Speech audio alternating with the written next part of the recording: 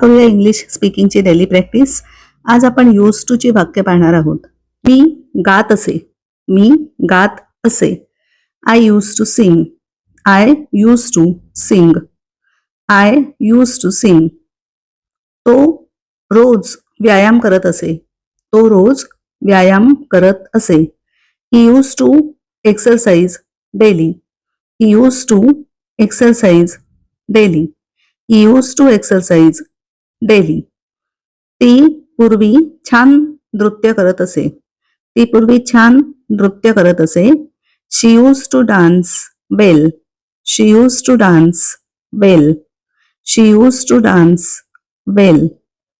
ते पूर्वी बॉल बरोबर खेळत असे. ते पूर्वी बॉल बरोबर खेळत असे. It use to play with a ball. It use to play with a ball. It use to play with a ball. It हे एकवचनी सर्वनाम. आम्ही पूर्वी ट्रेकवर जात असू. पूर्वी आम्ही ट्रेकवर जात असू.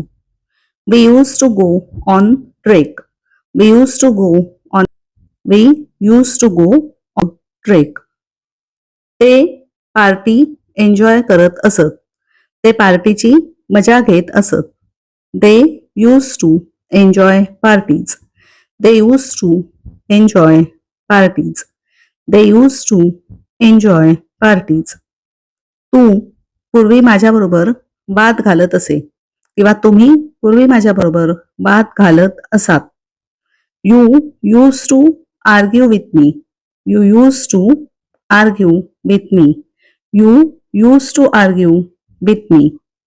आता ह्या वाक्यांचा अर्थ असा आहे की पूर्वी एखादी गोष्ट कोणतरी करत असे पण आता मात्र ती गोष्ट ती व्यक्ती करत नाही. तेव्हा आपण यूज टू वापरतो भूतकाळातल्या क्रियांसाठी, भूतकाळातल्या सवयींसाठी. त्याचा फॉर्म्युला असतो subject plus used to plus V1. Subject कर्ता plus used to plus V1 मूळ क्रियापद.